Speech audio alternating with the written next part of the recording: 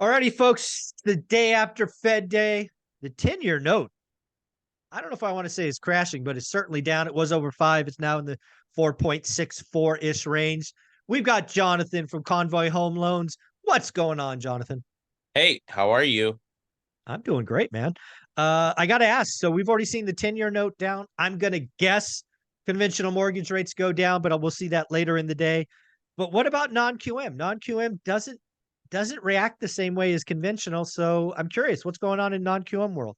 Yeah, so what's interesting is actually conventional. I got a notification this morning was worse than Oh yesterday. wow! Oh Yeah, my I got god! a worsening this morning.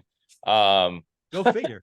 Wow, yeah, how'd that but happen? but non-QM side, this is the first time that I've kind of seen the market pause a little bit in terms of rate raises. Because obviously the federal funds rate is different than the actual mortgage rate itself. So it's not directly correlated, but it's kind of correlated. But we've been seeing the market kind of cool off a little bit on the non-QM side, because for the last 3 weeks it's just been an increase on increase on increase every single week. Oh, But interesting. this market has kind of paused a little bit, and I mean, we're told that it probably should go up again according to just what the secondary market's doing. But for now, I mean, we're again in a position where conventional and non-QM rates spread are basically zero. Wow. Yeah. Yeah. That's not normal, right? I think we've seen that a couple of times over the last 3 years. It doesn't last long. If memory serves, we're talking days or weeks at the most. Um, so it probably doesn't shock me that the rates will go up, but I have no idea. You're in the flow. What's going on? Well, I mean, the market itself, we don't really know what's going to happen. I mean, obviously, I didn't expect the 10-year to drop like this over the last 3 days.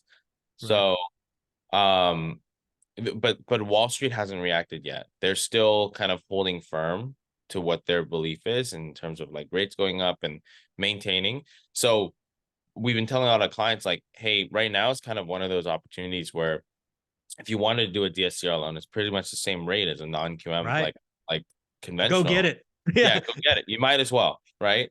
Yeah. Um, the flexibility is much more available there instead of kind of being stuck in a conventional loan where you can't even put it in an LLC and all that stuff.